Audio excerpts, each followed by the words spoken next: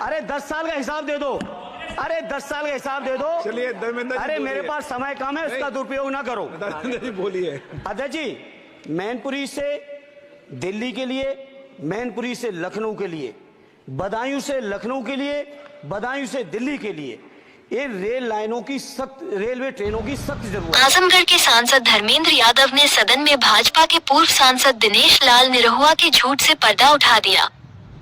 सांसद धर्मेंद्र यादव ने कहा कि पूर्व सांसद द्वारा आजमगढ़ की जनता को बार बार झूठे सपने दिखाए गए। रेल बजट पर चर्चा करते हुए सांसद धर्मेंद्र यादव ने कहा कि आजमगढ़ क्षेत्र अलग अलग विविधताओं से भरा है, जहां कैफी आजमी, राहुल सांकृत्यान, अल्लामा शिबली नोमानी, अयोध्या सिंह उपाध्याय, हरियौत से लेकर तमाम महान लोगों की सरजमी रही है। उन्होंने कहा कि आजमगढ़ क्षेत्र अनेक विविधताओं से भरा पड़ा है। आजमगढ़ के लोगों को जहां रोजगार के लिए मुंबई जाना पड़ता है, तो वहीं शिक्षा के लिए लोगों को इलाहाबाद की जरूरत पड़ती है। प्रदेश की राजधानी लखनऊ तथा देश की राजधानी दिल्ली है, इसलिए मैं अपने क्षेत्र आजमगढ़ के लिए कोविड महामारी से पूर्व आजमगढ़ से मुंबई के लिए जो ट्रेन चलती थी, जिसको कोरोना के बाद से बंद कर दिया गया है, उसे प्रतिदिन के लिए शुरू करवा दे। साथ ही साथ उन्होंने राजधानी दिल्ली के लिए भी कैफियत ट्रेन के अतिरिक्त एक और ट्रेन चलाए जाने की मांग किया। उन्होंने छात्रों तथा वोटकारियों के सुगम आवागमन की सुविधा के लिए आजमगढ़ से लखनऊ तथा आजमगढ़ से इलाहाबाद के लिए इंटरसिटी ट्रेनों को भी चलाए जाने का आग्रह रेल मंत्री से किया है।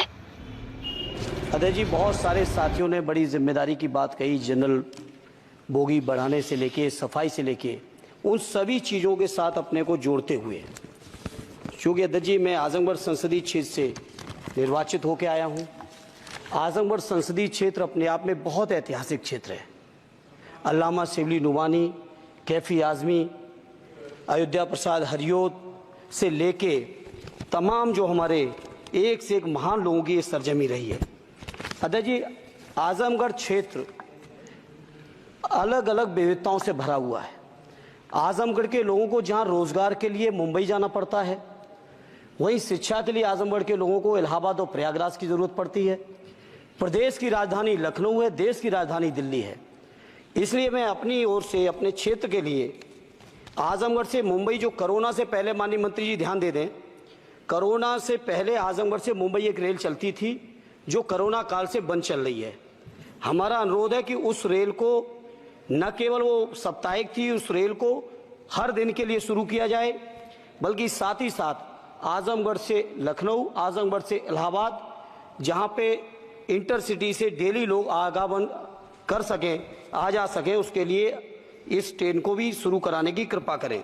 साथ ही साथ अध्यक्ष जी, आजमगढ़ से दिल्ली जाने का केवल एकमात्र जरिया कैफिया ट्रेन है, और कैफिया ट्रेन के में बैठने का टाइम तो सुनिश्चित है, लेकिन कब पहुंचेंगे इस बात की कोई भी जिम्मेदारी और गारंटी नहीं है।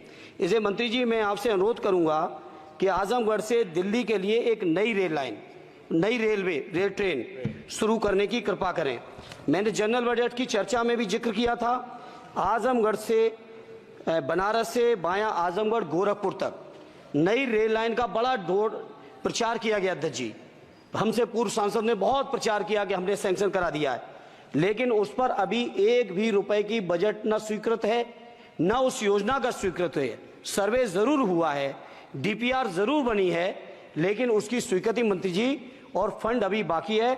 मैं उम्मीद करता हूं कि आप इसको जरूर ध्यान देंगे। साथ ही साथ अध्यक्ष जी, आजमगढ़ में जहानागंज से सठियाओं के बीच रेलवे ओवरब्रिज न होने की वजह से घंटों जाम लगता है।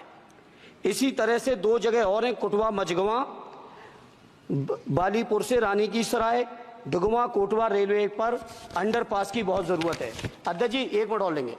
मैं बड़ा सौभाग्यशाली हूं अध्यक्ष जी कि उत्तर प्रदेश की 3 विभिन्न लोकसभाओं का मैंने प्रतिनिधित्व करने का मुझे मौका मिला, और वो तीनों ही क्षेत्र सदैव नेताजी की कर्मभूमि रहे, स्वर्गीय शरद यादव जी की कर्मभूमि रहे, माननीय अखिलेश यादव जी की कर्मभूमि रहे। इन तीनों ही क्षेत्रों की अलग अलग मांगे हैं। इसके लिए मैं आपसे थोड़ा सा अनुरोध करूंगा। अध्यक्ष जी, जब लालू प्रसाद जी, माननीय लालू जी देश के रेल मंत्री थे, उस समय एक योजना की घोषणा की गई थी इसी सदन में। वो घोषणा थी मैनपुरी से एटा, कासगंज होते हुए बदायूं, बदायूं से संभल होते हुए गजरौला तक नई रेल लाइन की घोषणा की गई थी माननीय मंत्री जी, माननीय लालू जी के समय, और आज तक उसकी घोषणा पे कभी सर्वे भी नहीं हुआ। इसलिए मेरा अनुरोध है वो पुरानी योजना है धर्मेंद्र जी, आप ये समझो अब कि घोषणा होती थी, कुछ नहीं होता था। नहीं, उसके बाद 10 साल से तो आप भी हैं, 10 साल से ये भी हैं अध्यक्ष जी, ऐसा नहीं है 10 साल से ये भी बैठे हैं।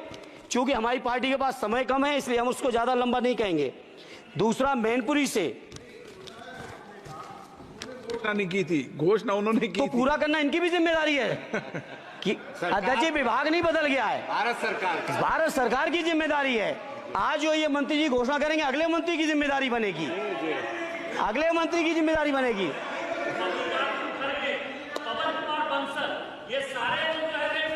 अरे 10 साल का हिसाब दे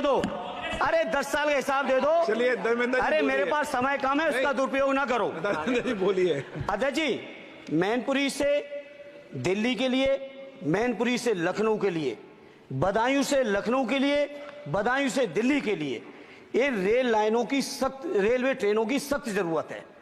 माननीय मंत्री जी, 5वें नंबर की आपकी इकोनॉमी आ गई। आपके पूर्व जो हमारे सदस्य हैं निशिकांत जी, आपके हिसाब से तो सब कुछ बदल गया रेल में।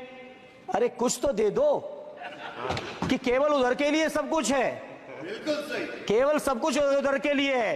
तो सबका साथ सबका विकास का नारा बंद करो, और अगर नारा देना है, नारे को सच बनाना है, प्रधानमंत्री जी की बात को सही साबित करना है, तो माननीय मंत्री जी ये जो मांगे हमने रखी हैं, आजमगढ़ लोकसभा के लिए रखी, मैनपुरी के लिए रखी, आजमगढ़ के लिए, बदायूं के लिए रखी, संभल के लिए रखी, एटा के लिए रखी, इन सभी को पूरी कर दीजिए मंत्री जी। और नहीं कर सकते हैं तो कम से कम इस सदन के अंदर तो सबका साथ सबका विकास नारा देना बंद ही कर दो। और नारा जिस दिन देना बंद कर दोगे और ये कह दोगे कि आप विपक्ष में आपका नहीं करेंगे, उस दिन हम अपने क्षेत्र के लोगों को संतुष्ट भी कर लेंगे। हमारे क्षेत्र के लोग इतने स्वाभिमानी लोग हैं।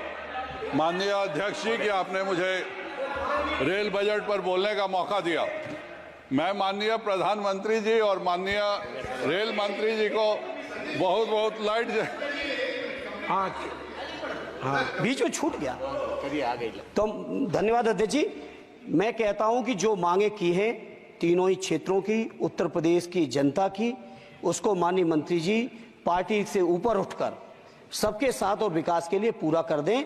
आपकी बहुत बहुत मेहरबानी होगी, नहीं तो ये नारा बंद करो। बहुत बहुत धन्यवाद। संजय जायसवाल जी, बहुत बहुत MS पब्लिक हेल्प न्यूज के चैनल को सब्सक्राइब जरूर करें और घंटी को जरूर दबाएं ताकि हमारी सभी खबरें आप तक पहुंचती रहे।